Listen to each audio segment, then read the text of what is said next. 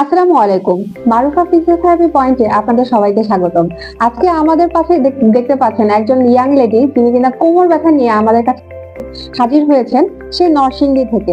আমরা সরাসরি আপুর কাছে চলে যাব। আপনি কিভাবে, কি সমস্যা নিয়ে, কেন এসেছেন, কিভাবে এসেছেন, আপুর মুখ থেকে আমরা শুনি। আসসালামু আলাইকুম তানিশা আপু, কেমন আছেন? আলহামদুলিল্লাহ ভালো আছি। আপনি কেমন আছেন? এই তো আলহামদুলিল্লাহ। আপনি কি সমস্যা নিয়েছেন সেটা একটু আমাদের দর্শকদের বলেন, ওরাও জানতে চাচ্ছে। ম্যাম, আমি নরসিংদী থেকে এসেছি।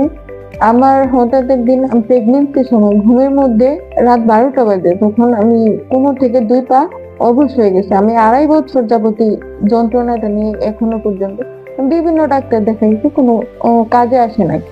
তারপর একজন ভালো দক্ষ ডাক্তার আপনাকে সাজেস্ট করছে মারুফা ফিজিওথেরাপি পয়েন্ট। আমি এখানে এসে অনেকটাই আলহামদুলিল্লাহ, অনেকটাই না মানে টোটাল ফিট আলহামদুলিল্লাহ। So much Mrs Taisha. যে প্রবলেমটা ছিল সেটা হচ্ছে স্যাক্রোআইলেটিস, বা হচ্ছে আমাদের স্যাক্রাম লেভেলের দুইটা পয়েন্টে হচ্ছে ইনফ্লামেশন ডেভেলপ করে, যার কারণে হচ্ছে কোমর ব্যথা প্লাস আরো কিছু কমপ্লিকেশন ওর ছিল, যেটা আমরা স্টেপ বাই স্টেপ প্রায় 30 সেশন পর্যন্ত আমরা কমপ্লিট করেছি।